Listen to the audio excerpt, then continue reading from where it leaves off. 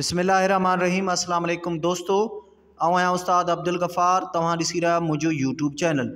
दोस्तों, एक नई वीडियो सां गॾु तव्हांजी ख़िदमत में। दोस्तों, अॼु सबक़ 7 पढ़ंदासीं दर्जे 5 मां, जिनजो उनवान आहे हलो सब्ज़ परचम उॾारे हलो।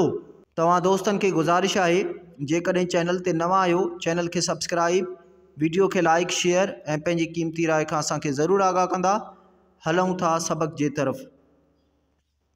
सबक़ 7 हलो सब्ज़ परचम उॾारे हलो, वतन जी चमन खे संवारे हलो, संवारे सुधारे उजारे हलो, सखा जी नज़र सां निहारे हलो, वफ़ा जी अखर खे उचारे हलो, सवें सिज उभते उभारे हलो, सजो साथ सारे संभारे हलो, कदूरत ऐं कीने खे दिल मां कढी, फ़क़त देस जो ध्यानु धारे हलो, जबल जंग दरिया लताड़े लंघो,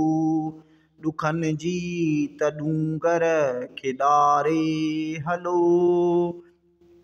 कचाई कुपत कूड़ कोरे कढो, सदाकत ऐं सच जे सहारे हलो, बुलंदीअ जी अज़मत जा खोड़े अलम, ज़माने खे हैरत ॾियारे हलो, किनारा अची नेठ चुमंदा कदम, तवकल जी तरही खे तारे हलो, हलण जो वधण जो बिगिल थो वॼे, उथू काफ़िले खे उथारे हलो, अमानत अव्हां खे थी सूंहे सलीम, हलो सब्ज़ परचम उॾारे हलो।